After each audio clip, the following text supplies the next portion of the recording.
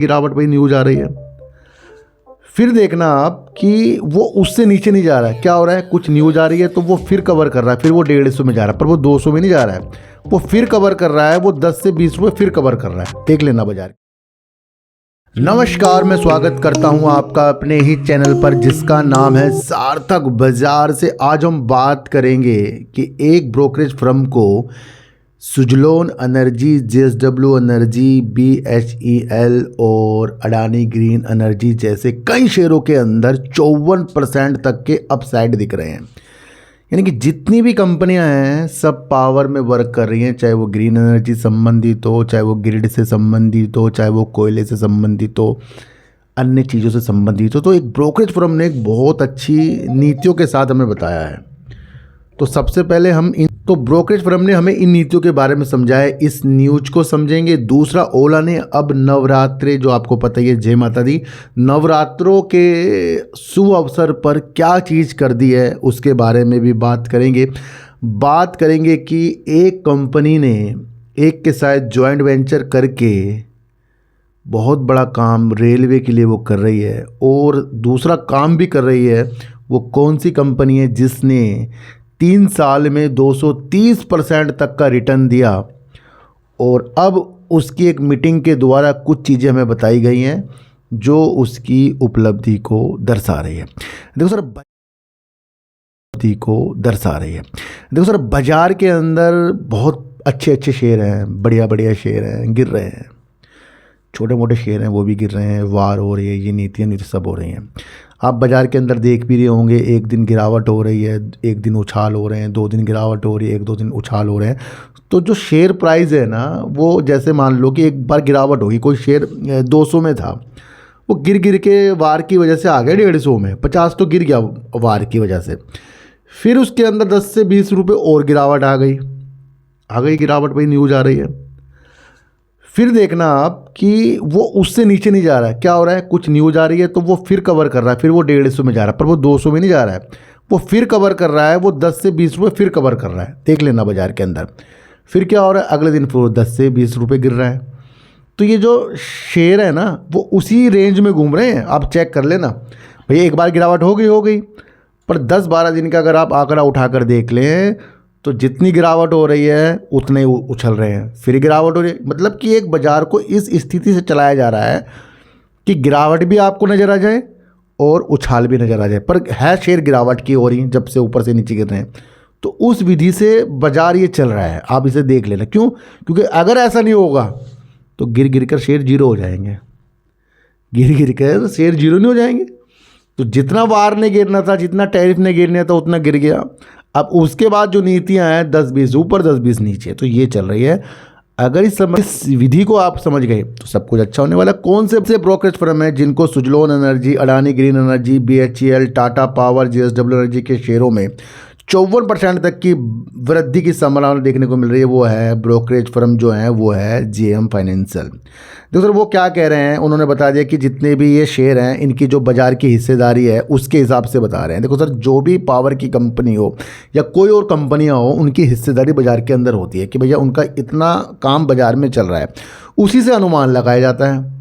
अब गिरावट किसी भी वजह से हो रही है, पर अनुमान लगाया जा रहा है कि जैसे उनकी बाज़ार की हिस्सेदारी है उससे वो बहुत बेहतर कर सकते हैं। तो जब भी आपको समझने का मौका मिले तो वैल्यू समझ लीजिए। पहले गिरावट तो आपको समझ में आ ही रही है, वैल्यू समझ लीजिए, उससे सब कुछ अच्छा होगा। तो ये जेएम फाइनेंशियल ने हमें वैल्यू समझाई है। यहाँ पर गर्मी के मौसम में बिजली की बढ़ती मांग के साथ, यहाँ गर्मी का मौसम में बिजली की मांग बढ़ेगी, ये बच्चों को पता है। Adani green energy, Tata power, ये सारी चीज़ों के साथ उनको तेज़ी की संभावना दिख रही है।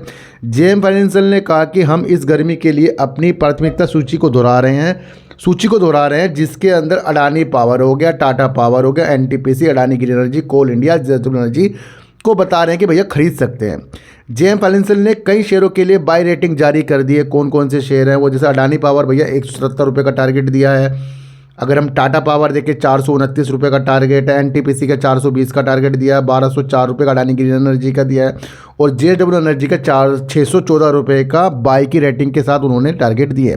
पावर ग्रिड का अगर हम देखें तो, और अडानी ग्रीन एनर्जी सोल्यूशन का देखें तो करीब 314 रुपये पावर ग्रिड, 1199 रुपये उन्होंने दिया है अडानी सॉल्यूशन लिमिटेड, ये भी आपको पता ही है। बेल के लिए उन्होंने रेटिंग दी है 355 रुपये करीब की। अभी शेयर कहाँ चल रहा है। CESC को दिया है उन्होंने 196 रुपये करीब का। और अगर हम दूसरी चीज़ें देखें तो 289 रुपये की भी एक की रेटिंग उन्होंने दी है। अब बात करते हैं जिस पे सबकी नज़र है, सुजलोन एनर्जी की। तो बाय की रेटिंग दी है, 54% बढ़ के उन्होंने बताया, 41 रुपये करीब का शेयर चल रहा है। 64 रुपये तक का शेयर जा सकता है, ऐसे JM फाइनेंशियल कह रहे हैं कि कवरेज उत्तम है, संकेत अच्छे दिख रहे हैं, बढ़त की स्थितियाँ दिख रही है। 54% बढ़कर उन्हें लग रहा है कि ये शेयर 64 रुपये में जा सकता है, जाएगा नहीं, जा सकता है। उस पर भी आपको अमल करना है। विशेष तौर पर उन्होंने हमारा जो ध्यान दिया है ना, वो गर्मी की बढ़ती मांग, बिजली की मांग ना बढ़ती जा रही है। और NHPC 84 रुपये के टारगेट दिए हैं, इन आइनॉक्स विंड के 120 रुपये, IEX के 145 रुपये के टारगेट उन्होंने दिए। सबका मकसद एक है, सब एनर्जी के ऊपर वर्क कर रही हैं, चाहे वो अपने प्लेटफॉर्म से खरीद बेच की नीतियाँ हो, IEX वाली, या फिर ग्रिड की नीतियाँ हो, पावर ग्रिड जैसी कंपनियाँ होगी। तो सबके अंदर उन्होंने अपने टारगेट बताए। सबका मकसद यही है कि अब गर्मी आने वाली है, बिजली ज़्यादा से ज़्यादा चलेगी। तो ये भी आपको समझ लेना है और थोड़ा आपको संभल कर चलना पड़ेगा। ओला फिर से अपने को कुछ बेहतर करने की स्थितियाँ में है, और अगर ओला को कुछ भी नहीं करना है तो फिर ऐसे ऑफ़र भी ओला ना दे, आगे की विधि ना बताए। अपने जो प्लांट तमिलनाडु के अंदर है उसके अंदर से अपनी हिस्सेदारी बेचकर और पैसा जुटाकर उसको और बढ़ाने के लिए भी काम ना करे। सारे ओला काम कर रही है, चाहे वो वर्ल्ड कप में अपनी ऑफ़र निकालना हो, 10 लाख कस्टमरों को वापस बुलाकर उन्हें अच्छा करना हो, छूट देनी हो, 10 की छूट देनी हो, 20 की देनी हो। तो अब नवरात्रि में उन्होंने करीब करीब 30,000 रुपये करीब की बेनिफिट देने का वादा किया। इसलिए किया है ताकि एक तो नवरात्रि चल रहे हैं, ये आपको पता ही है, इसमें ऑफ़र दे रहे हैं। और ये ऑफ़र इसलिए है कि ज़्यादा से ज़्यादा लोग EV को अपना सके। EV को तो सभी अपना रहे हैं, पर इनका मानना है कि भैया इससे हमारे बेहतर स्थितियाँ हो सकती है। और ये ऑफ़र ज़्यादा आकर्षक बनाया है, ताकि कंपनी ने बनाया है ताकि ग्राहक जल्दी से ज़्यादा टू व्हीलर को अपना सके, और ये पूरे भारत में लागू होगा। तो एक अपडेट ये था। अब वो बात करेंगे जिस कंपनी के अंदर 3 साल में 230 रिटर्न देने वाली सरकारी कंपनी के ऑर्डर को लेकर आई अपडेट। बोर्ड मीटिंग में हुए कई बड़े फैसले। तो इनकी एक मीटिंग हुई है, कौन सी वो कंपनी है, HEL, भारत हैवी इलेक्ट्रिकल्स। तो सर भेल एक बहुत अच्छी कंपनी है। भेल एक चीज़ पर काम नहीं कर रही है, सबसे महत्वपूर्ण इसका काम है पावर के तरफ। जितने भी थर्मल पावर होते हैं उसकी मैन्युफैक्चरिंग करती है, उसके उपकरण ये बनाती है, बड़ी बड़ी कंपनियों के लिए वर्क करती है। अडानी हो गया, अडानी पावर हो गया, NTPC हो गया, इस तरीके से कंपनी वर्क करती है। परमाणु ऊर्जा की तरफ भी कंपनी के आगे की दिशा है। कोयला गैसिफिकेशन के लिए भी कंपनी वर्क करती है। दूसरा, वंदे भारत के लिए भी कंपनी वर्क करती है। तो ये सड़क से लेकर पता नहीं कहाँ कहाँ चीज़ों के साथ कंपनी वर्क करती है। बहुत क्या न्यूज आई है, भेल ने एक्सचेंज फाइलिंग में बड़ी जानकारी दे दी है। फाइलिंग के मुताबिक भेल वंदे भारत स्लीपर ट्रेनों के मेंटेनेंस के लिए एक बड़े संयुक्त उपक्रम जॉइंट वेंचर को मंजूरी दे दी है। जो वंदे भारत ट्रेन होती है ना, उसके मेंटेनेंस के लिए कंपनी वर्क कर रही है। देखो सर, वंदे भारत गाड़ियाँ चलती रहेंगी, और गाड़ियाँ चलने का मकसद आप ये भी समझो कि आगे भी तो आपको देखना है कि इन गाड़ी चलने से उसके अंदर रख रखाव की सुविधा भी तो होनी चाहिए, कि भाई गाड़ी चल रही है उसकी मेंटेनेंस भी ना हो। तो जैसे एक सर्विस होती है ना, तो उस तरीके से कंपनी ने एक जॉइंट वेंचर किया है। तो ये आप समझ कर सकते, किसके साथ कर लिया है। 19 मार्च 2026 को हुई बैठक में टीलागढ़ रेल सिस्टम के साथ कंपनी ने वर्क किया है। जॉइंट वेंचर को मंजूरी भी दे दी गई है। तो दोनों देखा जाए तो रेलवे के लिए काम कर रही है, मतलब पूर्णतः काम जो है टीलागढ़ करती है वैसे तो, पर ये तो जॉइंट वेंचर के साथ काम किया, जहां रेलवे की तरफ अपनी पहुंच को और भेल बढ़ा रहा है। पहले भी रेलवे के लिए अच्छा खासा काम ये कर चुकी है। एक और अन्य मंजूरी दी है, जो 3064 करोड़ रुपए के निवेश को मंजूरी दे दी। किस चीज़ के लिए, भेल की ओर से। उसकी ज्वाइंट कंपनी एक और है, Bharat coal gasification and chemical limited BCGCL में इक्विटी योगदान के रूप में किया जाएगा, जिसे 4 सालों में फेज वाइज तरीके से लगाया जाएगा। यानी कि 3064 करोड़ रुपए कोयला गैसिफिकेशन के लिए कंपनी वर्क कर रही है। देखो सर, एक और बड़ा बदलाव कर रही है कंपनी। इनके हरिद्वार और हैदराबाद में अच्छे खासे इनके मैन्युफैक्चरिंग प्लांट है, यूनिट है। अब इसको भी कंपनी क्या कर रही है, अपने को और मजबूत करने के लिए कंपनी इनका विलय कर रही है।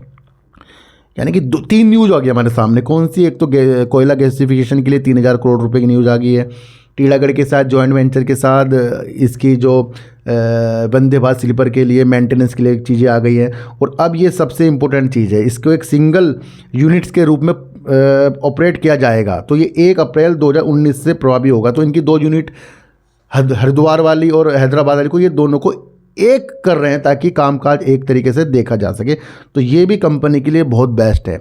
रणनीतिक महत्व क्या है? अगर हम समझें कंपनी का रणनीतिक महत्व क्या है, एक्सपर्ट का मानना है कि वंदे भारत स्लीपर प्रोजेक्ट में मेंटेनेंस जॉइंट वेंचर के जरिए भेल रेलवे सेक्टर में अपनी पकड़ मजबूत करना चाहती है। वहीं कोल गैसिफिकेशन प्रोजेक्ट में निवेश से कंपनी ऊर्जा केमिकल सेक्टर में भी विस्तार कर रही है।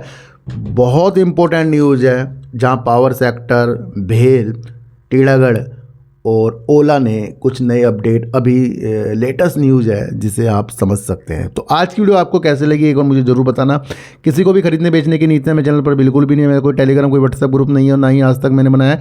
तो सर सच्ची वीडियो देखिए, अच्छी वीडियो देखिए, समझ कर देखिए, चीटी को आटा दीजिए, गाय को रोटी दीजिए और अपने बच्चों को ज़्यादा से ज़्यादा प्यार कीजिए, क्योंकि बच्चे ही आपकी मासूमियत से किस्मत पलटेंगे। तो फिर मिलेंगे आपसे नई वीडियो के साथ, जब तक के लिए नमस्कार।